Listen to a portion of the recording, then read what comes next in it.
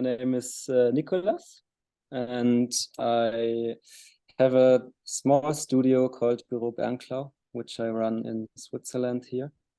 And next to that, I'm also teaching in Germany in a design school, and I work part-time at ECAL, the art and design school in Lausanne, as a teaching assistant. But I still try to find time for my own projects and want to talk today mainly about that.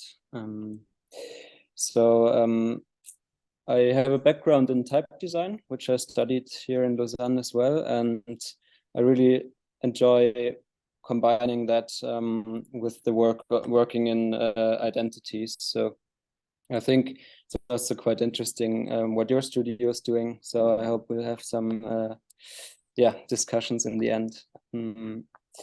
And yeah, I also want to talk basically about that today. Pretty straightforward. So basically working with type and combining that also with working with brands, working for some clients. And yeah. Do you see that slide now? Just checking one time, type and identity, just to be sure we're on the same page. Okay, yeah, great. Yeah. Cool. Then you can see this fake MasterCard logo. And yeah, I'm very happy to be with you guys. I really like your work, been following for quite a while. And so I also made a little slide for you to welcome myself in your studio. So thanks for having me. So I made a selection of work, which has been mainly happening over the past 3 years. To also show a bit of the background of how I came to work mainly in the field of type design.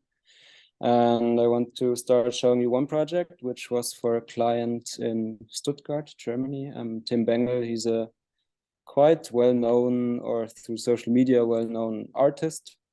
And he came across my work through the web, and he was planning to do an exhibition with 100 gravestones.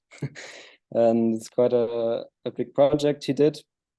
And my part was to draw a custom type for him. So I was digging into some archives and looked at gravestones, which is very fun, I can recommend. And I was drawing this version of quite a straightforward typeface. And the project was quite nice because all of this tombstones, I guess you say, gravestones. They had some kind of saying on it, or a phrase which you might want to remember at the end of your life, or which something you regret or something you're proud of. And it was a very fun project for me to work as a type designer. And it was also one of the reasons I wanted to study or look forward into type design, and also come here to move to Switzerland, do the masters, and because at some point I think you can really learn a lot by yourself, and there's great tutorials online and everything, but at some point I felt a bit stuck. So I think it's very nice to dedicate 2 years only to doing that, and that's what I did. And then from 2019 on. And so another project then during the studies, which I did here, it's also quite common when you start with type design to look at a certain source or try to do a revival of an existing typeface. And I came across this typeface, which funnily was found at the beginning of the 20th century, simultaneously in the UK, in the Caslon foundry, under a name of Baskerville, which is very odd because it doesn't really look like a Baskerville. But at the same time, it was also published, or maybe slightly earlier, by Debanier Pignot in Paris, in France. And so at that time, it was very interesting because typefaces like today popped up at different places, but were like cast in metal. And it's very interesting to see the same style or almost the same thing published in different places under different names sometimes. I was really intrigued by that, and I wanted to bring it to the 21st century and give it a new life. And so I was really into these quite calligraphic italics. And so I started redrawing that. And it's very, very interesting to do, to think about what kind of features you want to keep and what do we need to improve, so it works in our digital environments. So I decided to work on like a display style, which is high contrast, like here, but also which can be used in big sizes, but also worked on like a text style. And yeah, it was, I think it's just in the early steps of drawing type, it's really interesting to look into a source which you can rely on and then try to improve somehow. And yeah, that was one of the earlier projects I did. And mainly in the beginning now, I'm showing a few like just purely type design projects. And then later on, we'll talk a bit about, yeah, a more commercial field or like used in identities. And another project, which is called Phrase or Phrase, this one I'm still working on today. It's also a serif typeface. And I looked a bit into my archive of screenshots, and I wanted to show you a bit the process, because doing type can be very, yeah, I don't know, you're really focusing on small details, as you also do as graphic designers, but I think it's slightly still more nerdy and more into one very small detail, and wanted to show you this. But first, maybe a few words about the starting point here. It wasn't really a proper source, like existing typeface I wanted to revive. But here it was more, I had the feeling I really liked Times New Roman, its functionality and just the beautiful drawings. But I also think sometimes it's very functional and very straightforward. So I wanted to kind of combine it a bit with a style called Devigny, which is also a French style of serif typefaces, which is not as easy to use. And that was kind of the starting point. I tried to combine them, and it didn't really work in the beginning. And I also tried how much contrast should it have? Should it be very display? Should it be more for text? And then through all these rounds, I just want to show you a bit of the process where, yeah, me and some other colleagues or teachers or friends help each other out to really look into details. And because for me, the interesting part about type design is that I can draw single letters, but in the end, people like you guys will use it, and it's quite random how it's going to be used. In every letter has to work and talk to each other. So I think it's quite something which you can really enjoy when you start to see people using that, but you also lose control at a point. And for me, it's very interesting because basically any combination needs to work. And so that's why you really have spent, yeah, hours and months just focusing really on details. And yeah, it still fascinates me today, I guess. That's why I'm still doing this. And so here, I think here just I'm showing a bit of the progress over a year of work, and it looks a bit ridiculous if you look really quickly, or like what am I doing? But then I found this G, and I think, yeah, it really is worth putting more time and effort, and I think it now looks much more sturdy and not yeah, I don't know. I think you get my point, but it's really yeah, you spend a lot of time working on small details, and it's quite nice to do. And yeah, with this typeface, I really wanted to capture the feeling of this kind of 70s Twen magazine feeling, really Fleck House, something like this. And I really also found a lot of examples of quite condensed styles. So I also wanted to draw this. And in the end, it was coming to a family which has quite a range, and I wanted to give the graphic designer all the potential he or she they need for magazine design or editorial design. So I created a different set of styles. So using as display cut, like in large sizes, but also going down to text or even a monospaced style, which can be used in captions, for example. And also my specimen I created for that is kind of a bit of an homage to this time and period, and a bit nostalgic about times I haven't even been born. But yeah, I don't know, it's fascinating.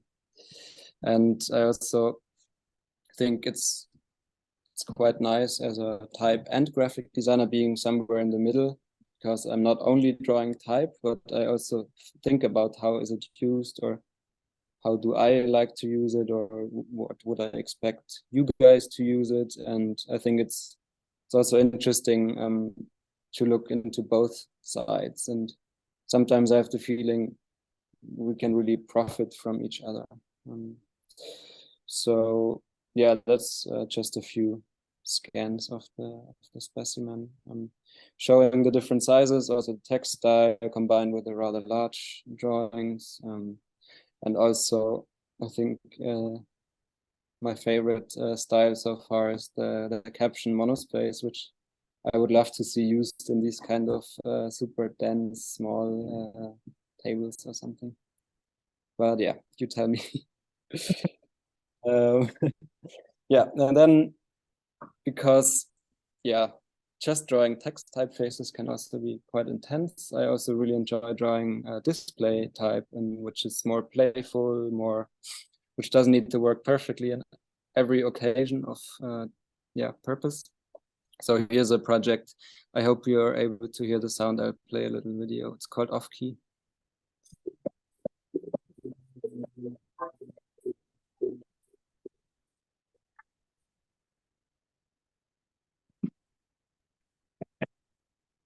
Trying to hypnotize us. Yeah.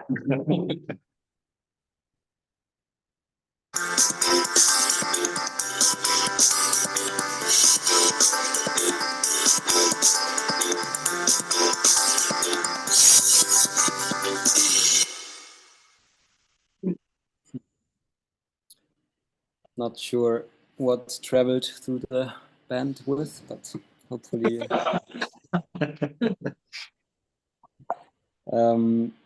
So this project I started, which was supervised by Radim Peshko, who's also based in the UK in London. He's a very talented, amazing type designer, and it was very fun to work with him on it as a supervisor.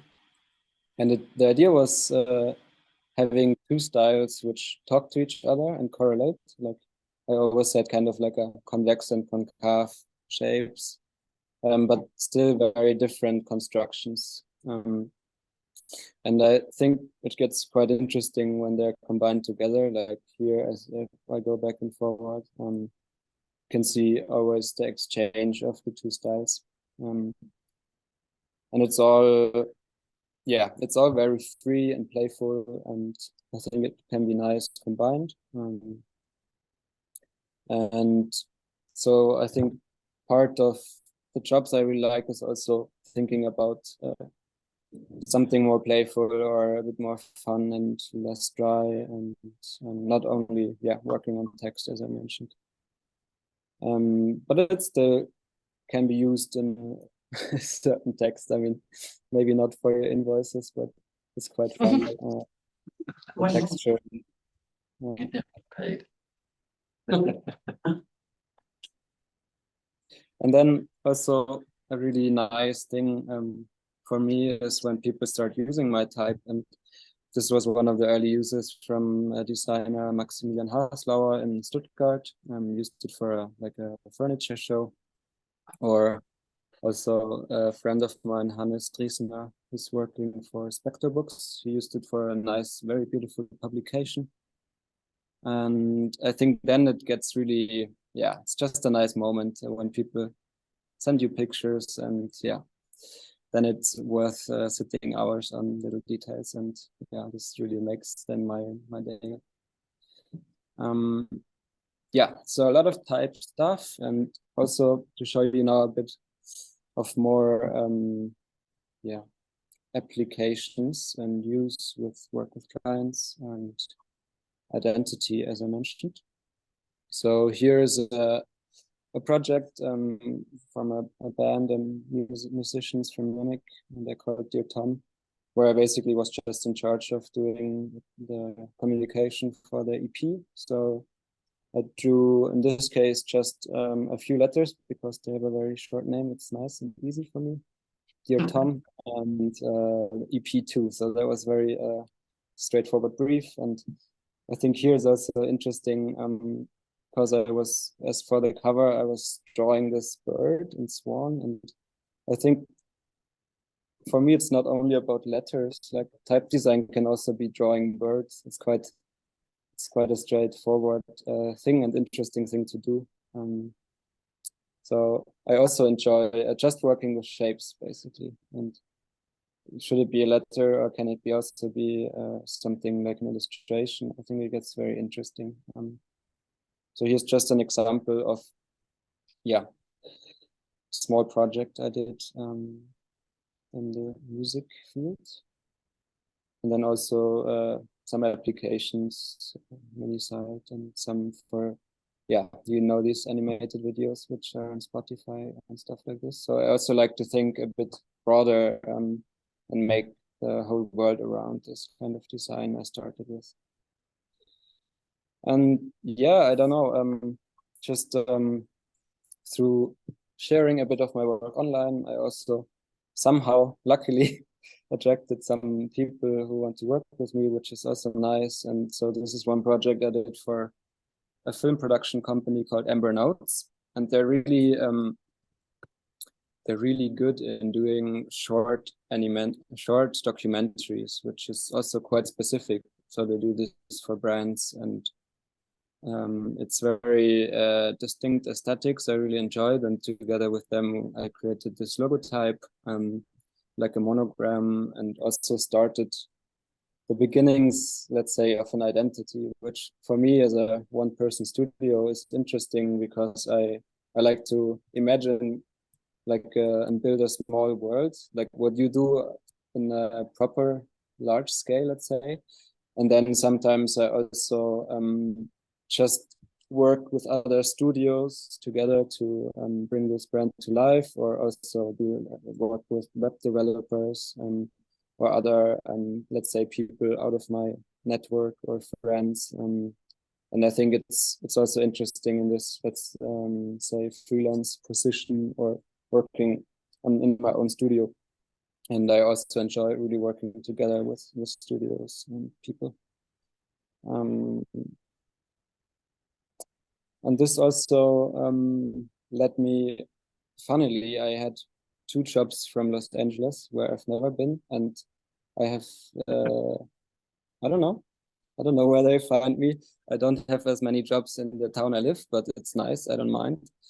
And then Ephemera came across my work. They're super nice, interesting people who thought it's nice to start a fragrance brand. So from candles to soaps to yeah, any lotions, and yeah, very humbled or very yeah, happy that they trusted me and my work. And so for them, I developed the whole brand identity. And it started off with them telling me their thoughts about the brand and what they wanted to feel like. And for them, they always mention that everything beautiful is temporary. So I think it's very nice saying, like, nothing lasts forever.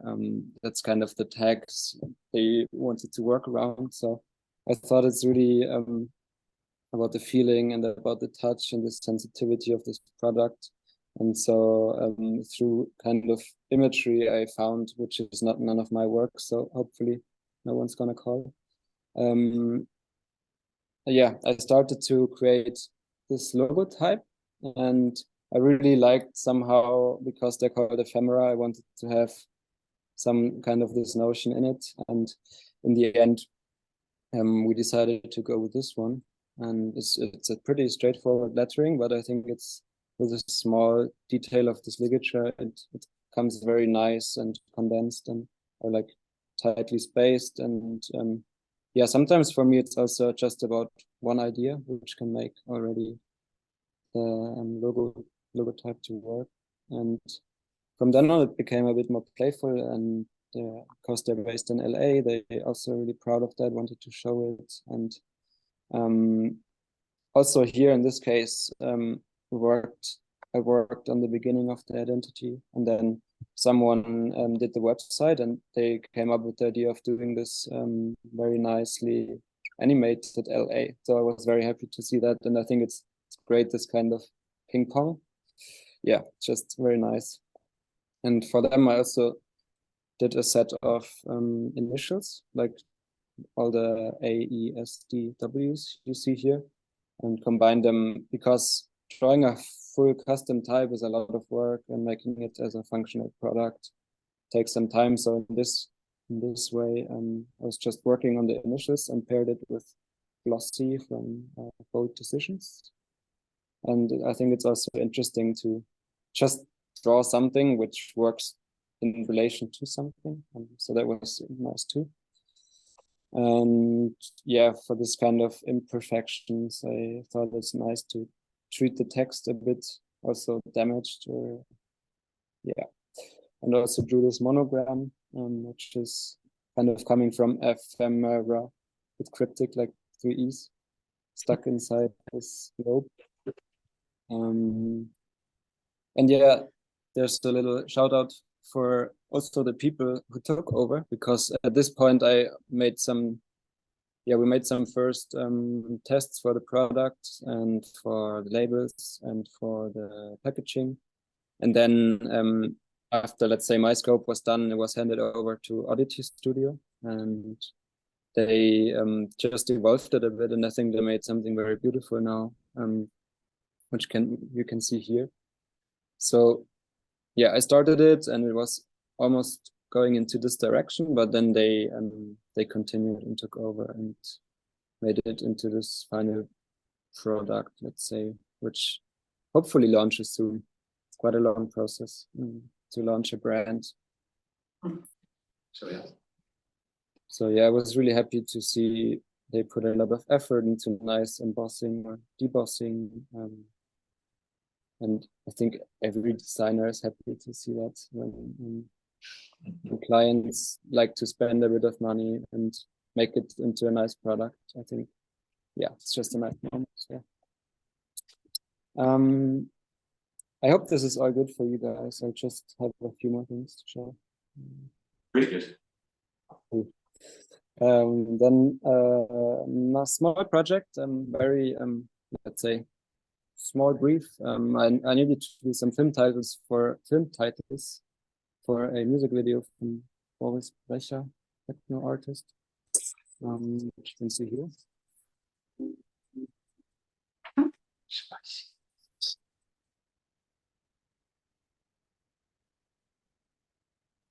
Yeah, very short, but quite nice to use.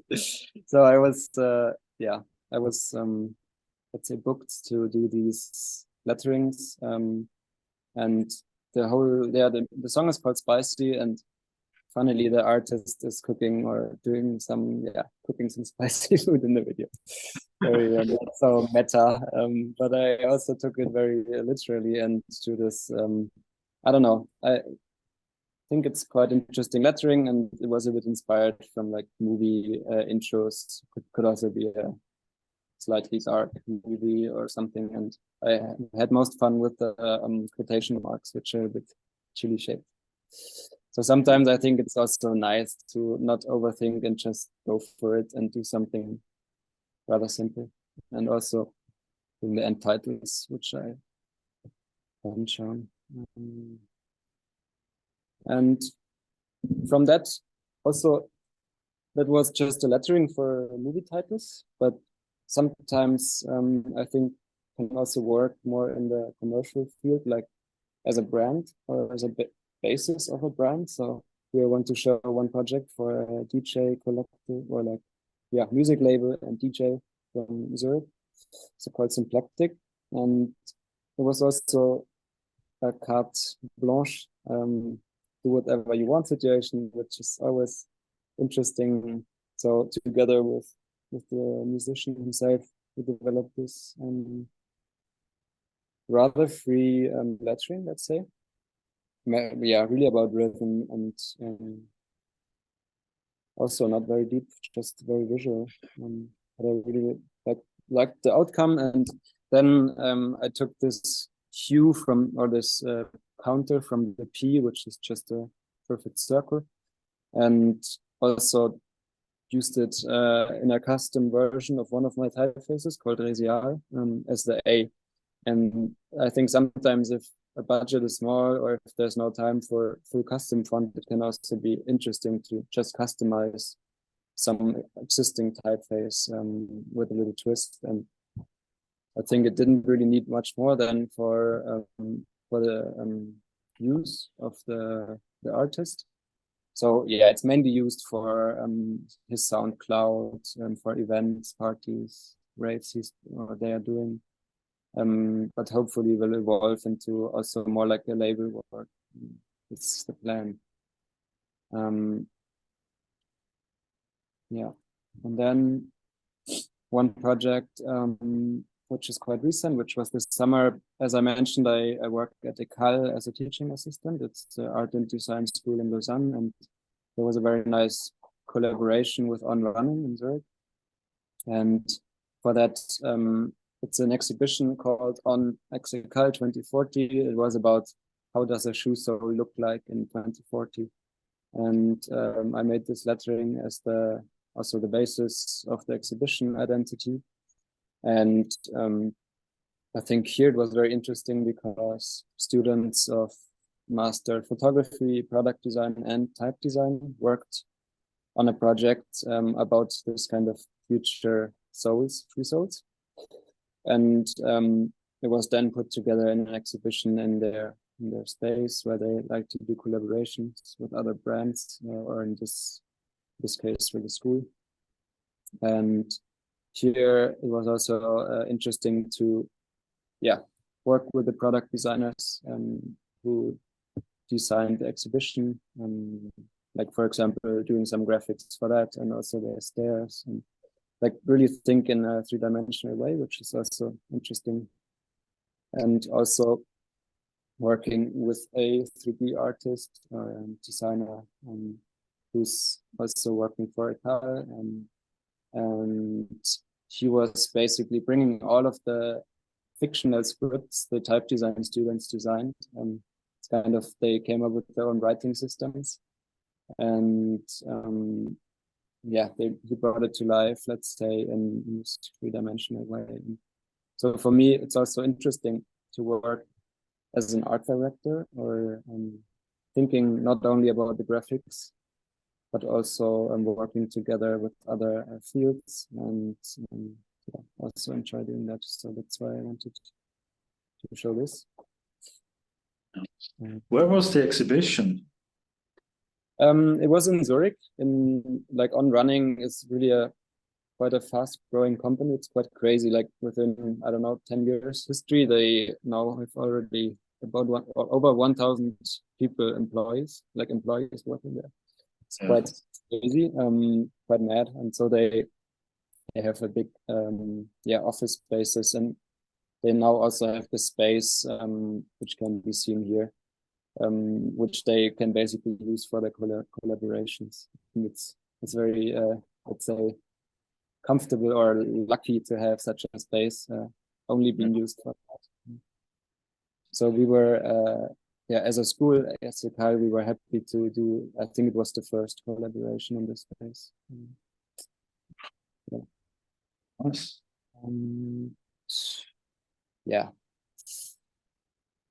Let's continue with that.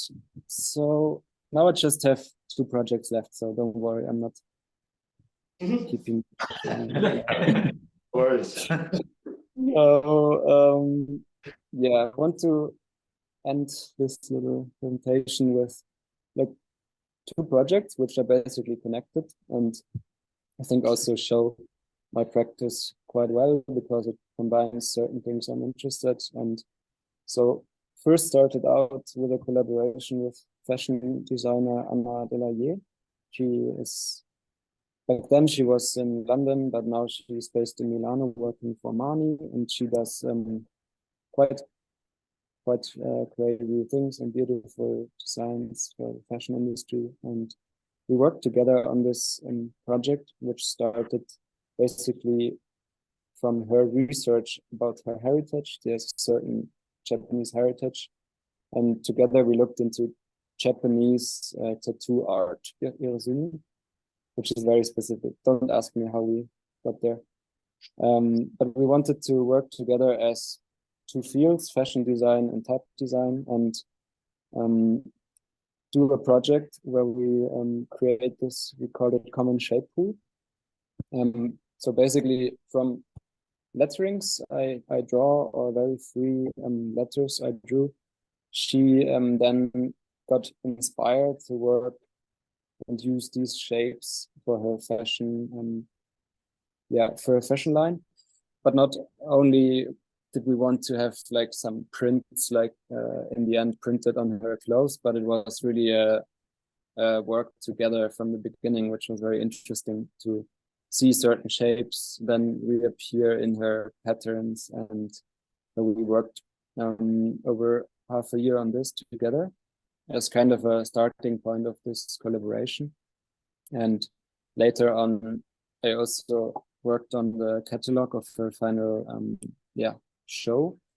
And we also made another publication called Strength and Fragility, which was really about finding, as it says, strength and fragility, and celebrating vulnerability, and using all of this experimentation phase paired with poems about vulnerability friends of us wrote for, and also her final clothing show of line, very beautifully photographed. And so this is just a little glimpse as a background for the project I want to show now, which is closing the circle with type design, because it's so beautiful. But basically for this project, I wanted to also draw a custom type, and it started also really out with this Japanese background, and I was fascinated in the use of sans serif Latin typefaces in Japan. So I looked at a bunch of graphic design, maybe many things you probably have seen before, but also others which were new to me. And I was really somehow drawn into it. They use a very condensed styles, very bold and condensed. And sometimes I had the feeling it's really charming moments like this M here up in Paralympics, where it's kind of a bit high and a bit off. So sometimes I also think Japanese graphic designers redrew typefaces, like Helvetica style typefaces, but made it somehow their own. And I was really interested in these moments where there's a bit of vibrancy. And it just felt very interesting to me. Sometimes it's just about proportions which are a bit off, or some shape groups which are very round paired with very squarish ones. So I really like the small vibrancy. And I also then looked into what happened in German and Swiss history, like early protest typefaces. And because I also found many sources which were interesting into this kind of condensed style. And so I basically wanted to, not pair, but have a very functional typeface with some moments which are a bit off. And so here you can see Resial, which is called. And for example, if you look at the outer shapes, you see that the corners are a bit like punched inside, which I thought was interesting. I found in some sources. And you have very round characters like the S or the A, and then some parts like in the uppercase R gets very squarish. And so I also wanted to keep some of this flavor I found, and I felt was interesting and had a place and something to say. And maybe it works quite reduced and normally in a regular style, but then in a bold style I can be a bit more charming or playful. And So here it came then together as this style, the condensed bold style. And yeah, I didn't want to look at Japanese history and copy something, or it wasn't really about their letterings or their techniques. It was more about a very free use of Latin typefaces. And so I think it's okay to borrow a few of the ideas there. And I hope I'm not, yeah, it's okay, I hope. And didn't want to mean to take over their culture. But I think it's interesting to, as a starting point, combining it with, what I'm more used to with my background. I'm born in Germany. Now I live in Switzerland. I'm surrounded by very functional typefaces, let's say. And I then made this specimen just to showcase the family. Very straightforward, also working with Japanese and German, Swiss, play, let's say, in words or personalities. And it's mainly usable in larger size because very, very condensed, narrow. But and was also here a few examples of early uses. But so far I'm at a point where I don't have anything published yet. Like I'm not on any type foundry yet, but I want to take my time and wait until I'm pleased with the results. But I'm happy to hand out certain styles to people who ask me use the typeface. So here's an early use from Prince Kolster in Belgium. They used it for Arte Antwerp. It's a small fashion label. I think it's a nice one. Thanks for that. And also a nice use of Anton Lübnowitz. Used it here in Achtung Mode. It's like a small, very small German magazine. And this was an edition about citizens of Ukraine and giving all the citizens, like Ukrainians who came to Berlin in the last few months, a voice, which is very lovely because they really need it at these hard times.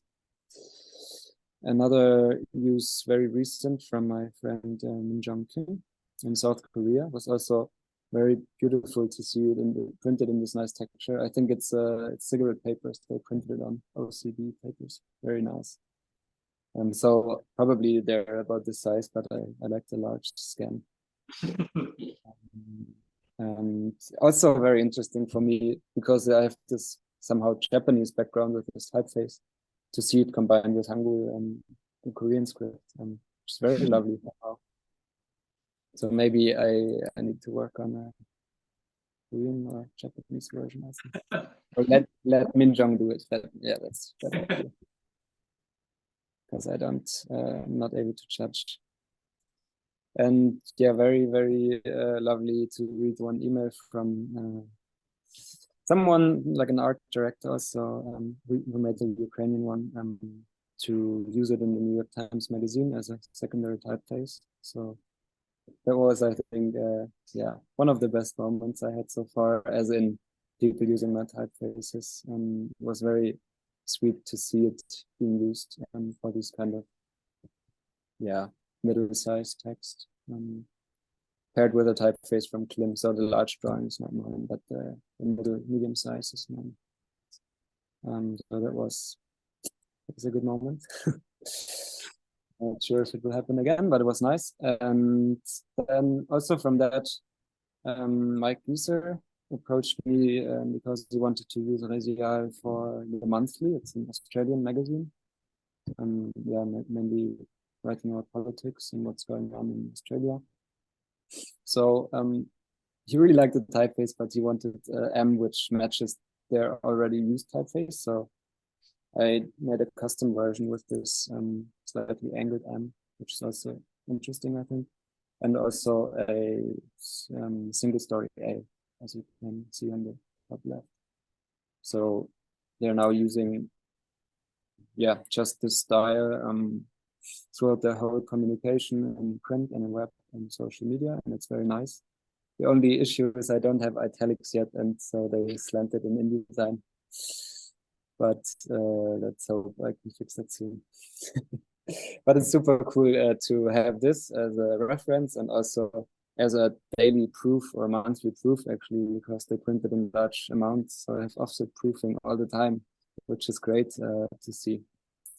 And very nice, nicely used by Mike Visa. So shout out to him.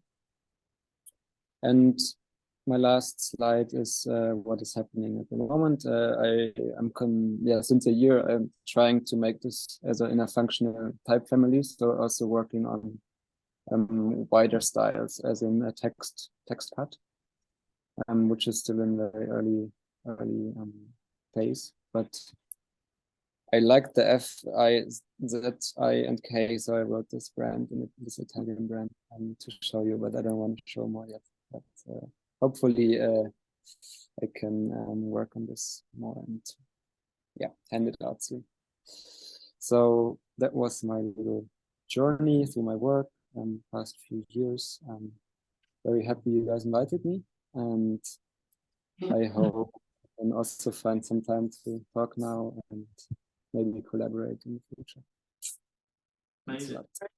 So nice. Yeah. Thank you. Yeah, thank you so much. Thank you. Yeah, that was amazing.